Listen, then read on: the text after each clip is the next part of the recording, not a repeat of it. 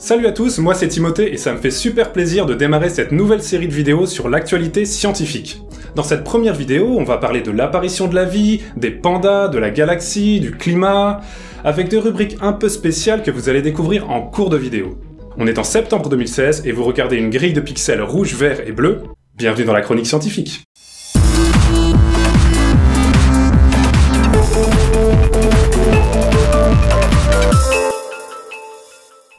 Pour notre premier sujet, on va remonter aux origines de la vie. Il y a des gens, leur taf c'est d'aller au Groenland, d'aller récupérer des morceaux de roches, de voir que dans ces roches il y a des petites ondulations, et d'être hyper content. Je suis hyper content. Ben ouais, hyper content parce que ces roches, elles sont datées de 3,7 milliards d'années. Et ces ondulations ne peuvent être formées que par l'action de micro-organismes vivants. La découverte a été annoncée le 1er septembre. Jamais auparavant on n'avait trouvé de traces de vie aussi anciennes.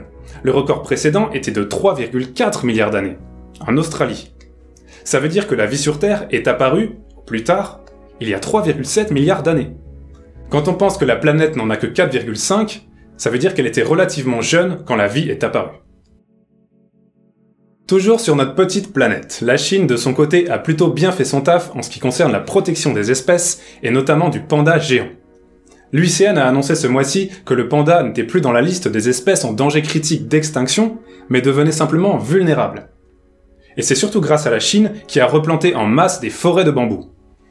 C'est simple, tu leur donnes un habitat et de la bouffe, ils se développent et ils sont contents. En même temps, c'est facile quand ton habitat, c'est ta bouffe. My house is made of candy. Mais mauvaise nouvelle, le gorille oriental, lui, est passé dans la case des espèces en danger critique d'extinction.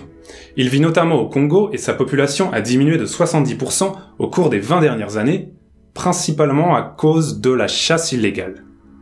Elle est super joyeuse cette vidéo en fait. Ça se passe beaucoup mieux du côté de l'espace. Le satellite Gaia de l'Agence spatiale européenne a donné la carte la plus précise qu'on ait jamais eue de notre galaxie, la Voie lactée.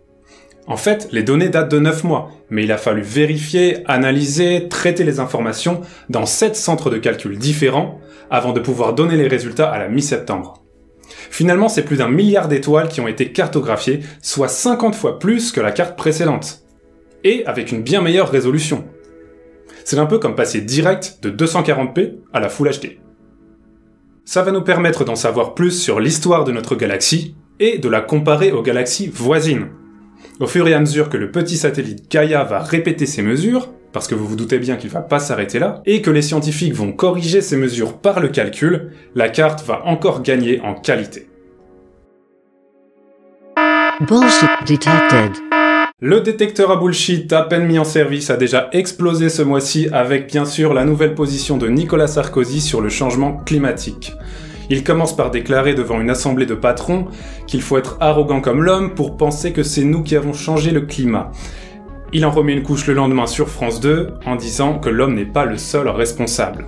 On n'est pas ici pour parler de politique, mais de science. Alors on va voir pourquoi ce qu'il a dit ça tient pas vraiment la route, scientifiquement. On va aller faire un tour dans le dernier rapport du GIEC, qui a réuni 195 pays et qui ont fait appel à des centaines de scientifiques spécialistes du climat. Cause du changement climatique, les émissions anthropiques, donc par l'homme, de gaz à effet de serre, etc., leurs effets associés à ceux d'autres facteurs anthropiques, donc de l'homme, ont été détectés dans tout le système climatique et il est extrêmement probable qu'ils aient été la cause principale du réchauffement climatique observé depuis le milieu du XXe siècle. Du coup, on a fini ou... J'ai envie de dire que oui. Mais bon, on va quand même aller faire un tour du côté des pseudo-arguments de Nicolas Sarkozy par rapport au changement climatique. Nicolas Sarkozy compare le réchauffement climatique actuel à des périodes de glaciation, des formations de déserts, des cycles de réchauffement et de refroidissement qui se sont produits dans le passé. Ces cycles sont réellement arrivés. La planète, dans toute son histoire, a subi de nombreux refroidissements et réchauffements, qui n'étaient pas dus à l'homme puisque l'homme n'était pas encore arrivé. Ces cycles sont principalement dus aux variations de la position de la Terre et de son orientation par rapport au Soleil. Là où Nicolas Sarkozy se trompe, c'est que le réchauffement climatique actuel n'a absolument rien à voir avec ces cycles passés. C'est prouvé.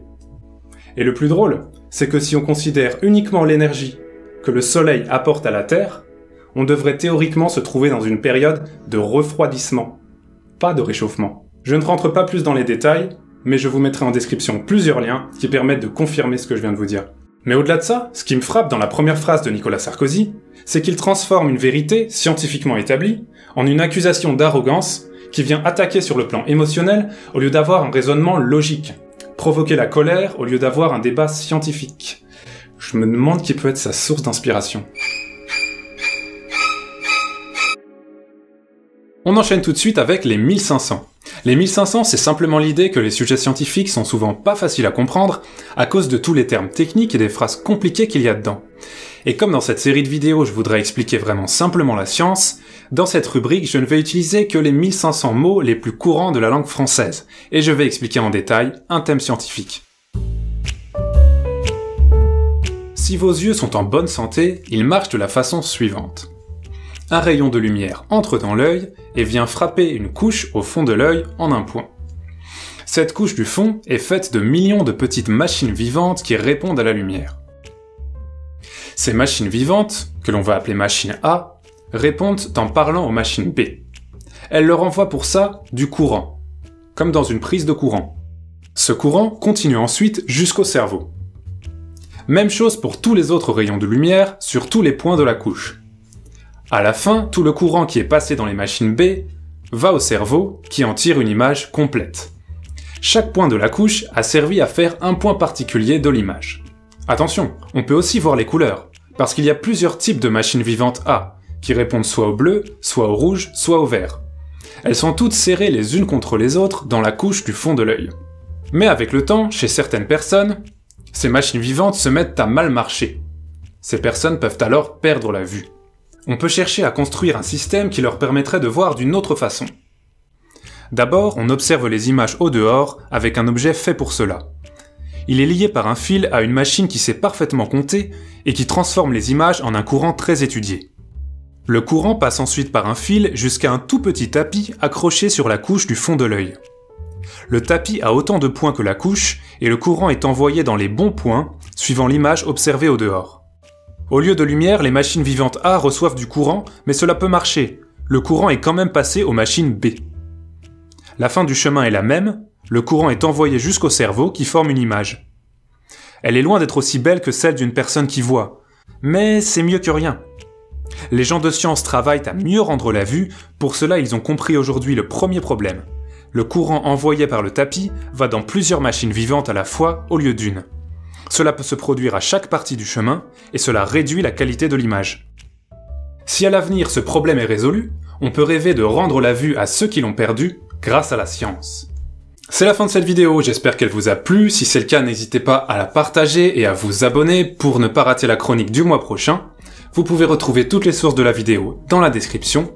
Sinon, eh bien la chronique scientifique c'est une sélection, dans le sens où il s'est passé beaucoup plus de choses ce mois-ci, mais qu'il a fallu faire un choix. Si vous n'avez pas compris quelque chose, ou que vous voulez que je parle d'un sujet en particulier, n'hésitez pas à le mettre dans les commentaires, et j'y répondrai. Une dernière chose, le concept des 1500 mots m'a été inspiré par cette excellente vidéo de Minute Physics, en anglais, même si le concept vient à la base de Randall Munroe et de son livre L'explicateur de choses. Voilà, c'est tout pour ce mois-ci, à dans un mois pour une nouvelle chronique.